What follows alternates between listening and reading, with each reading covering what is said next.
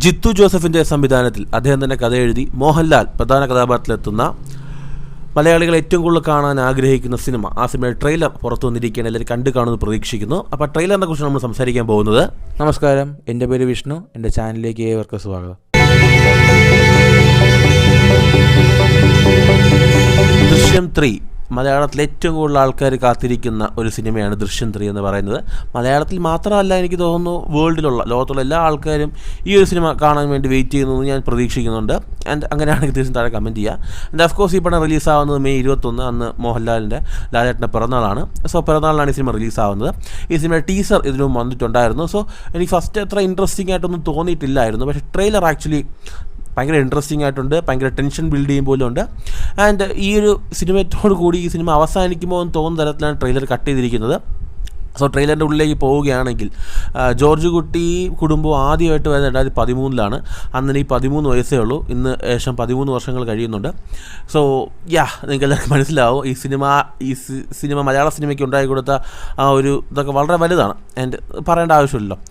മലയാളത്തിലെ ആദ്യത്തെ 50 കോടി ക്ലബ്ബൊക്കെ തുടങ്ങിയ സിനിമയാണ് ദൃശ്യം ഫ്രാഞ്ചൈസി. അപ്പോൾ അതിൽ നിന്ന് വരുന്നൊരു 3 സിനിമ എന്ന് പറയുമ്പോൾ അതിന് വളരെ വളരെ ഇമ്പാക്റ്റ് ഉണ്ട്.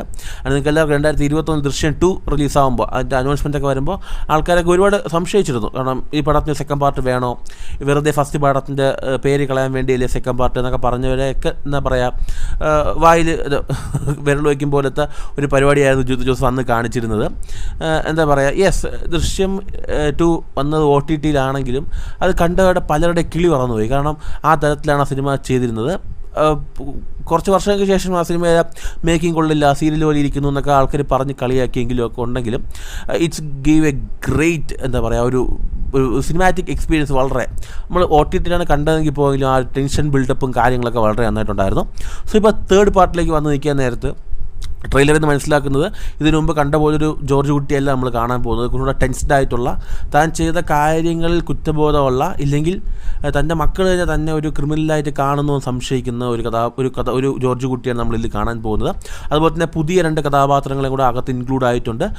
എന്താ പറയുക, ഒരു റിപ്പോർട്ടേഴ്സ്. യെസ്, നിങ്ങൾക്ക് എല്ലാവർക്കും അറിയാം ഇതുപോലെ വഴിമുട്ടിപ്പോലെ പല കേസുകളും റിയൽ ലൈഫിൽ പല ജേർണലിസ്റ്റ് എടുത്ത് അതിനായിട്ട് ഇൻവെസ്റ്റിഗേറ്റ് ചെയ്ത് റീഓപ്പൺ ചെയ്ത് പിന്നെ കുറ്റവാളികളെ കണ്ടുപിടിച്ച ചരിത്രങ്ങളൊക്കെ ഉണ്ട്. സോ ഇതിൻ്റെ അകത്ത് റിപ്പോർട്ടേഴ്സ് വളരെ ഇമ്പോർട്ടൻ്റ് ആയിട്ടൊരു റോൾ പ്ലേ ചെയ്യാൻ പോകുന്നുണ്ട്.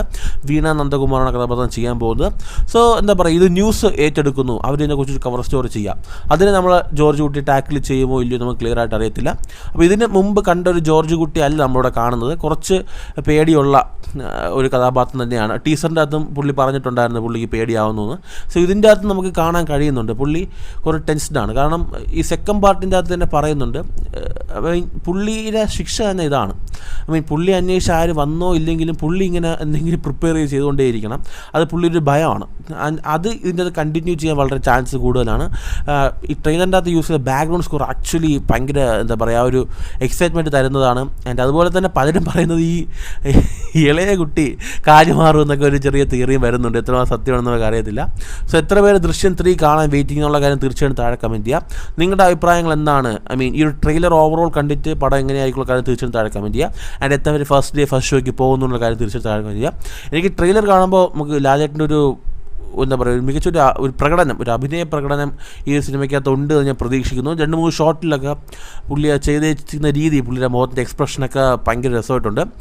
ആൻഡ് ലെറ്റ്സ് സീ, നമുക്ക് കാണാം ജോർജ് കുട്ടി ഇതിലും പോലീസിനെയും മീഡിയയും എല്ലാം കബളിപ്പിക്കുമോ, അല്ലെങ്കിൽ ജോർജ് കുട്ടി കൺഫസ് ചെയ്ത് എൻ്റെ കുറ്റബോധവും ഈ ഒരു എന്താ പറയുക ആ ഒരു പിടിച്ചു നിൽക്കാൻ പറ്റാതെ നമ്മൾ ജോർജ് കുട്ടി കൺഫസ് ചെയ്യുമോ എന്ന് നമുക്കറിയത്തില്ല. എനിവേ നമുക്ക് ഈ സിനിമയ്ക്ക് വേണ്ടി വെയിറ്റ് ചെയ്യാം. ആൻഡ് വളരെ കുറച്ച് ദിവസം റിലീസാകാൻ വേണ്ടിയിട്ട് നിങ്ങളുടെ അഭിപ്രായങ്ങൾ താഴെ കമൻറ്റ് ചെയ്യുമെന്ന് പ്രതീക്ഷിക്കുന്നു. മറ്റൊരു ദിവസം മറ്റു കാണാം. അതുവരെയും ബൈ.